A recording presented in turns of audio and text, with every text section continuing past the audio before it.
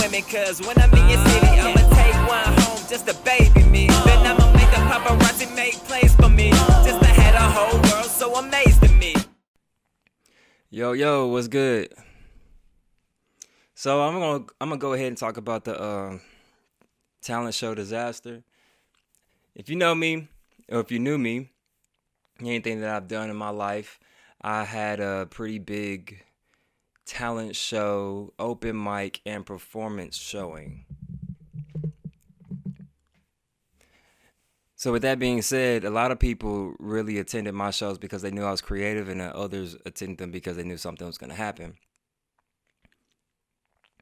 I had made a name for myself over the years, even when I wasn't in school at Mississippi State, for outrageous shit happening.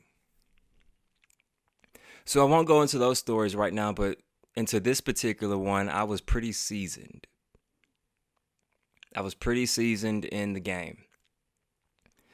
And the way I performed was everybody else would do something for 2 to 3 minutes. They'll find them a song, they might sing it, continue. Me, on the other hand, I would go on stage and take the show for about 15 to 20 minutes. Excuse me. It was because I enjoy performing. It's also because I didn't have a lot of friends in the crowd. And most of those shows were Apollo themed or Apollo based. So you can get booed off stage. And I've experienced that a few times. Some I've got booed off on purpose.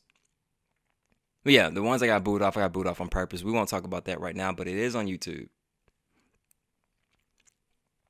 So this particular one was the Men of Excellence talent show. When it first started, my boy Cam, actually, him and one other person worked their butt off to basically promote the first annual one. I showed out then too. Not as much as I usually would, but I showed out. So by this time, it was like the 3rd or 4th annual one. So I had a name. I had performed every year along with other shows. And they had an audition. One of the girls in there was a black girl. Everybody else wasn't black. And she was a woman who was on the basketball team, but she was no longer on the team. I don't know if she quit. I don't know what happened, but she was one of the judges. And since I had a name for myself, the auditions were very new. They didn't used to have us audition. So I went in there and I did my audition, and the girl looked at me with a straight face and said, "Is that really your audition?" And I said, "Yeah, of course." I was lying. That was not my real audition. I had a whole plan, something I worked on for about a little over a month to memorize. I don't like reading off a phone. I just want to be as professional as possible, especially if this is something I plan on doing for the rest of my life. And I felt like this was my resume, so I posted on YouTube. So I did my audition. She said that I lied, and then I continued with my day. So I continued practicing my performance at home, and the day comes. Well, before the day comes, I asked somebody named Catherine if she could be my prop, because I needed somebody on stage just sitting. It does better when you have a pretty girl on stage. And I always had a pretty girl on stage once I figured out the game. I had a formula to how I performed. It was, I would always separate into 3 parts, at least mentally. The first part will be to catch people's eye so I don't get booed off stage. The second part is to show a little more creativity or art or just the rap. And the third part might be a poem. I might switch up the poem in different parts, but I usually always like to storytell, show some creativity, some talent, insert a poem. That's usually how I do things. This one was more poem based in a lot of the 3 parts.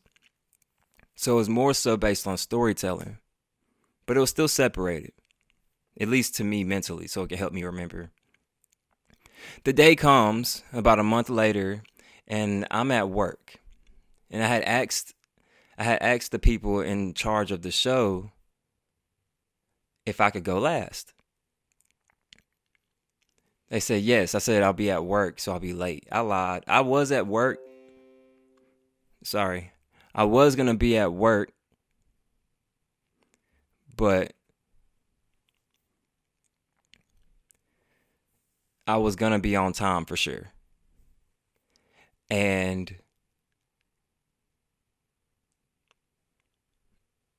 I'm there, and I text Catherine. I said, hey, you still available? She says, oh, I'm sorry. I'm getting my hair done. Great. You tell me that on the day, really an hour before the show starts. I was pissed. But no time to be mad.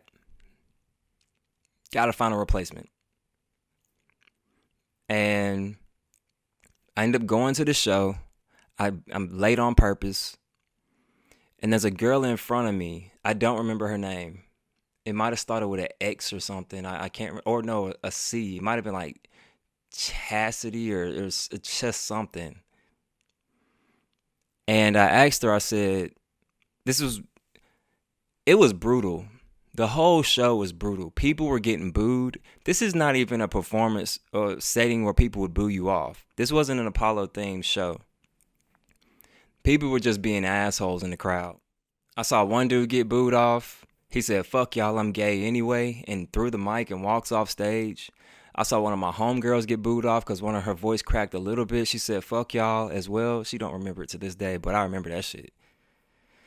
2 more people got booed off, and it was her turn. So, but to be honest with you, she was like the 7th person. So my memory is pretty foggy on this for the people who I didn't know. So her turn was about to come up, and I had asked her, I said, hey, I know I don't know you. I need a really huge, really, really, really big favor. She said, sure, anything. I said, can you please be my prop on stage? I'm right after you. She said, what is it? And I asked her, I said, first of all, do you have a boyfriend? She said, yes. I said, is he here? She said, yes. I said, is it going to be okay? She said, he don't be tripping. He's fine. Then I literally go through my performance, which is like 15 minutes long. I run through the whole thing off memory to her before she's going on stage, just to prove to her I'm not saying anything crazy, because I had a reputation. All that it was a story, a fictional story. It was a poem. It was supposed to be nice. And she got on stage and she didn't get booed off. She had friends. Her boyfriend was out there, so I'm sure his friends were supporting. Did really well. Now it's my turn. So I go on stage and I do my first part. I actually told her, only come out when I tell you to. I do my first part. Things are going well. Women are into it. I do my second part. People have the wow factor. And I'm about to do my third part and I say, come out. I do the little finger, come out. She sits down, and I kind of hear chatter, but you always hear chatter when you're on stage. So it's like one of those things you have to block out.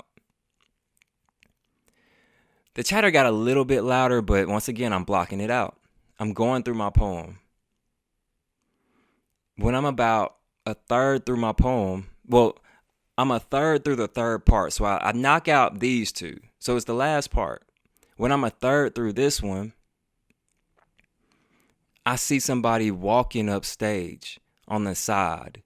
And I couldn't tell who it was because when you're on stage, you just see shadow. The light is beaming on you. So everybody else is nothing but a shadow. So I'm confused and I keep going with the poem.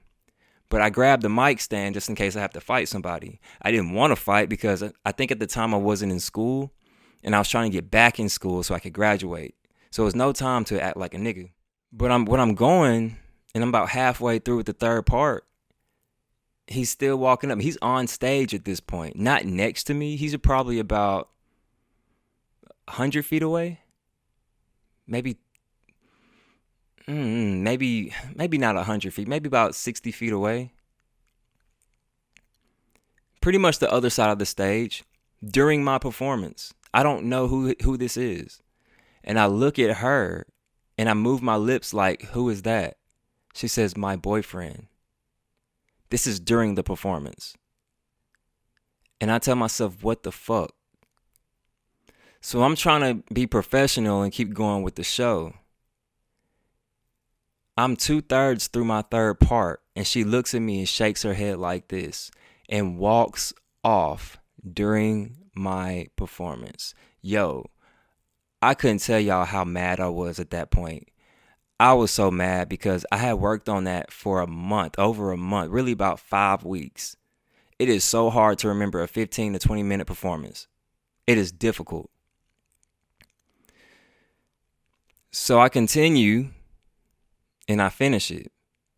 Curtains close. I go to sit down with the crowd. I wasn't supposed to because I was heated. I was cussing, loud, yelling. There's probably 300 to 500 people in the audience. I was acting a fool, ready to fight. I didn't want to fight, but at that moment, I couldn't tell myself I didn't want to fight.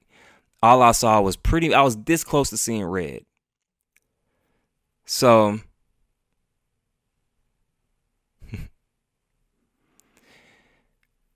the dude comes up to me and says, I'm sorry. I wasn't hearing none of that shit. If there wasn't people in between me, I was going to hit the fuck. I was going to beat the fuck out of him. I'm going to be honest with you. I was going to sling him across several people. Didn't care who was around, male or female. It was going to be collateral damage. I was going to fuck his life up. Straight up to his face. Yelling and everything. They were spooked and scared as fuck. Especially with the fact that I had already been at Mississippi State for some years. So to me, these are some younger niggas. I was significantly older. In school years, I was a senior if I was in school. They were like freshman or sophomore. Matter of fact, it might have been my 5th year in that setting. I came in 2009, and that was like 2014. Then she came up and apologized for him, and I wasn't hearing that shit neither. At all. My friends were scared. They were trying to calm me down. Eventually, I got calmed down, but I'm going to be honest with y'all. I don't think I've ever let that go. I don't think I've ever, well, I won't say till now, but for a long time, I wouldn't let that go. So the whole night is done, disperses, blah, blah, blah. Keep in mind, I'm not in school, so I really don't know these people in the crowd. I'm heated for days. To be honest, maybe some years. Until the next performance, you know. You kind of forget about the last one, you get your next one in. But with all that being said, I had also made money doing videos and pictures for people. There was this day, maybe a year later, that I had to film and do like a promo video and take pictures for the alphas, their probate. So I went backstage and everything like I was supposed to on this particular day. And I saw him. I ignored him. I just didn't even want to walk down that road. About an hour into it, he asked me to come like to the side and apologized again sincerely. When that happened, I kind of told myself, let it go. So I did. Well, I let it go as best as I could. So through the grapevine, I actually heard this was what happened. So during the show, when I got on stage, there's a group called Toon Squad. I still have it out for these niggas. I'm going to be honest with you. I still have it out for these niggas. I know exactly one of these dudes, too. We never met, but I'm going to fuck them up. Sorry. It's personal. And when she got on stage, they're jokesters. They're young. At this time, they're extremely young. They always joke. They play too much. And they say, hey, ain't that your girl? Not saying it as if that's your girl, she's cheating or doing something she shouldn't be doing because she just got off stage. They were playing, being niggas. I was told that he got on stage because he, quote unquote, this is from his mouth, he thought it was funny. I'm going to be honest with y'all. If I knew that during that day, I'd have reached over and knocked him the fuck out. And anybody else who wanted to fight me. If I had known that it was something to laugh at, I would have fucked him up. For real. But I didn't know that until about a year later. He apologized. I let it go.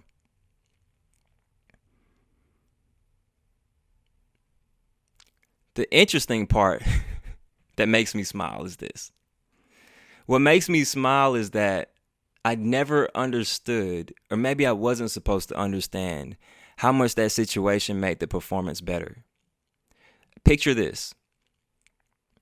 Picture this. A man is doing a poem about a woman, love.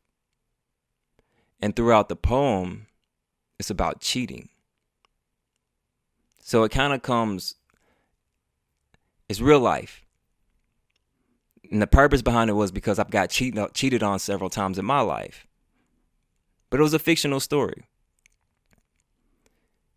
So the fact that I was talking about love and went on to the cheating aspect of it, back to love, the part where he got up on stage, it actually looked more like a cinematic play. It actually worked in my favor. I to be honest with you, I couldn't even see it that way because I had planned it out in such a way. I'm so strategic with my shows. I didn't even see it that way. I just saw it as you fucked up everything. The reason that this is important is because this show, like I said, it might have been 2014. When I started working at a residence hall, a guy named Alvin came up to me. Several people after that, too. They co-signed it and everything. Same day and different days. He said, man, bro, you are so talented. You know, your shows are amazing. I love to see you perform. I couldn't tell. He was talking about one show in particular as well, but I couldn't pinpoint it because I did so many shows over the years. So he was talking about the one where a dude got up on stage. I didn't want to revisit that story. I didn't want to revisit that. I mean, I forgave him, but a part of you can't help but to harbor some feelings about it. I told him the truth of what really happened. I'm going to be honest with y'all. I don't know if I told him the truth of what really happened, but what he told me was, the way he said it, it was like he thought I planned it. Apparently, everybody was confused, including the men of excellence. I wanted them to kick him off stage. They didn't know what was going on. Because my shows are so sporadic, I guess people think I plan all this wild shit. I fucking don't. I don't plan none of that shit. I plan for me to say what I want to say. I have one person up on stage, and that's it. That's all my shows are. I may hop up off stage. I may point somebody in the crowd, but I'm not finna have nobody. I mean, I guess in hindsight, that's dope as fuck, but I just didn't think about it like that. So when Alvin told me that, it was different. It was like, you know what? Maybe I should look at it that type of way. Maybe it did, because that show and others, but that show in particular made about three not generations, but three like levels of college: junior, sophomore, freshman, especially freshmen. Those three levels at that time in 2014 put that in one of their most memorable moments in college. And I understand how it is to have something memorable when you're young in college. So it made me feel better. It made me feel a lot better. It's not as bad as I thought it was. And things are cool. Things are okay. So speaking of Alvin, this my nigga shirt, yo. So straight up, it's my nigga shit. Something to say. Some to say. Something to say. I bought my nigga stuff. I like to buy my nigga shit. And Mississippi people shit. And I like to buy black people shit in general. So shout out to you, my dog.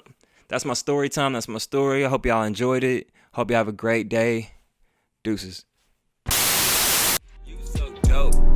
Better than a drink in my coat. More like the tree in my smoke. If you wanna rock this boat, then we can ride out. You so dope. I'ma get you into your zone.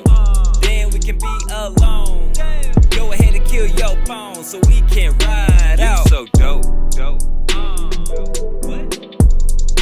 You so dope. You so dope. You so dope. You so dope. You so dope. You so